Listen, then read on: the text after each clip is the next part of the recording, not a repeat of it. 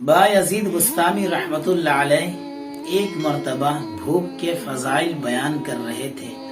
کسی نے کہا کہ حضرت بھوک کے بھی فضائل ہیں؟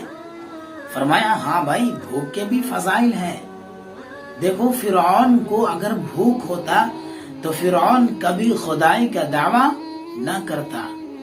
اس نے خدائی کا دعویٰ کیا ہی اس لیے تھا کہ اس کا پیٹ بھرا ہوا تھا، اور جب پیٹ بھرا ہوا ہوتا ہے تو بندہ اپنی اوقات بھول جاتا ہے۔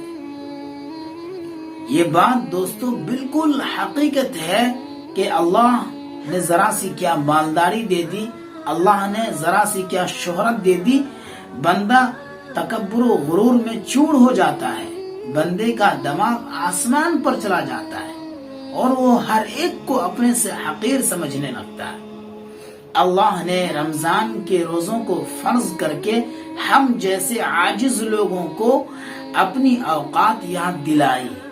ذرا اسے بھوک لگے، پیاس لگے، تاکہ اس کو غربا و مساکینوں کی پریشانیوں کا احساس ہو، پتہ چلے۔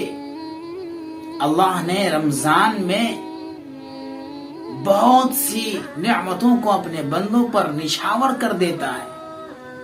آپ نے بھی دیکھا ہوگا کہ غربا، مساکین اور مالدار قسم کے لوگ بھی اچھی اچھی نعمتوں کو اپنے اندر سموتے ہیں، یہ اللہ کا فضل ہے۔